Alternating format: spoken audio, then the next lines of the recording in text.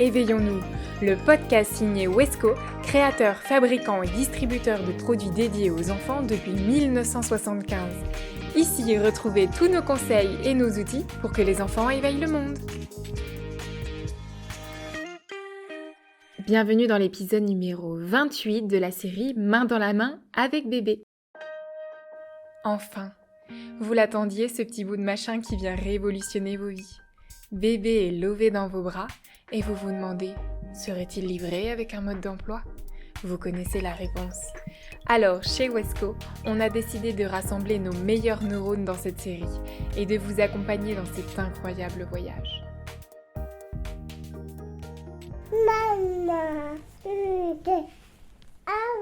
L'homme est naturellement attiré par le groupe. Nous vivons au sein d'une société elle-même constituée de groupes sociaux et familiaux. Dès le plus jeune âge, les enfants cherchent à intégrer le groupe et à adopter un comportement social adéquat. Le besoin de sociabilisation est profond.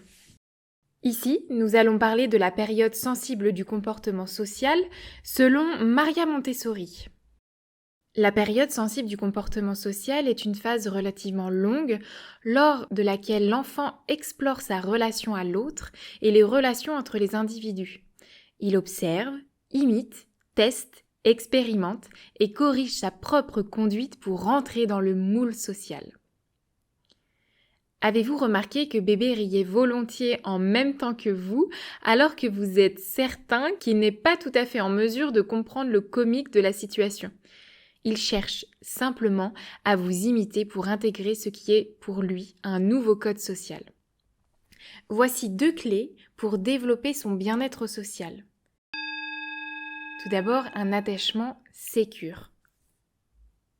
Selon Boris Cyrulnik, offrir à l'enfant un environnement stable et aimant va permettre d'acquérir un mode de socialisation où le langage est un outil important de la relation et de la représentation de soi. Un bon exemple vaut mieux que des injonctions. Dis bonjour à la dame, demande gentiment au monsieur, ne crie pas, on reste à table pendant le repas, sont autant de demandes formulées à l'enfant qui n'auraient pas de sens si elles ne trouvaient pas écho dans nos propres comportements d'adultes sociaux. Maria Montessori demandait d'ailleurs aux éducateurs « Traitez toujours l'enfant avec la plus grande politesse et offrez-lui le meilleur de ce dont vous disposez. » Se rapporter aux autres est essentiel au bien-être de votre enfant. Le groupe lui permet de grandir et de trouver sa place. En étant son port d'attache, vous lui montrez l'exemple à suivre. Faites confiance à sa capacité d'empathie pour faire de cet apprentissage une source de bonheur. Merci de nous avoir écoutés. Retrouvez nos épisodes sur toutes les plateformes d'écoute et si vous les appréciez, n'hésitez pas à laisser un avis.